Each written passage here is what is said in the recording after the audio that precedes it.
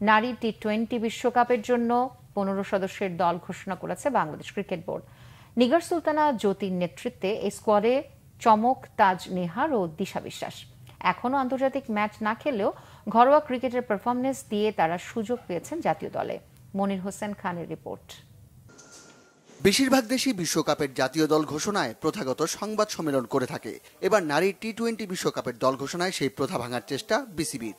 সারা বিশ্বে ছড়িয়ে থাকা প্রবাসীদের দিয়ে 15 টাইগ্রেস নাম ঘোষণা করেছে বোর্ড। শুরুতে বক্তব্য রেখেছেন নারী উইমেন্স উইংয়ের হেড হাবিবুল বাশার সুমন। শেষে শুভেচ্ছা জানিয়েছেন টাইগার অধিনায়ক নাজমুল হোসেন শান্ত। আসন্ন আইসিসি ওমেন্স টি-20 বিশ্বকাপে বাংলাদেশ নারী দলকে অনেক অনেক শুভেচ্ছা। আমি মনে করি বাংলাদেশ দল এই বিশ্বকাপে অনেক ভালো কিছু করবে। নিগার সুলতানা জ্যোতির নেতৃত্ব নিয়ে কোনো দ্বিমত নেই। তবে সর্বশেষ নারী এশিয়া কাপ দল থেকে পরিবর্তন এসেছে 5টি। অভিজ্ঞ রুমানা আহমেদ বাদ পড়েছেন ফর্মহীনতায়। দলে নতুন মুখ দুটি। এখনো কোনো আন্তর্জাতিক ম্যাচ না খেলা তাজ নেহার জায়গা পেয়েছেন। এছাড়া অভিষেকের অপেক্ষায় থাকা অলরাউন্ডার দিশা বিশ্বাসও আছেন দলে। ভালো করার জন্য যতখানি প্রস্তুতি নেওয়া সম্ভব সেটা আমরা নিতে পেরেছি। আর ওয়ার্ল্ড কাপ তো ডিফারেন্ট বল গেম, ওইখানে তো আসলে আমাদের সর্বোচ্চ পরীক্ষাটা হবে, সেটা যেন ভালো দিতে পারি। আমার মনে হয় প্রস্তুতি আমরা খারাপ নেই, প্রস্তুতি ভালো হয়েছে।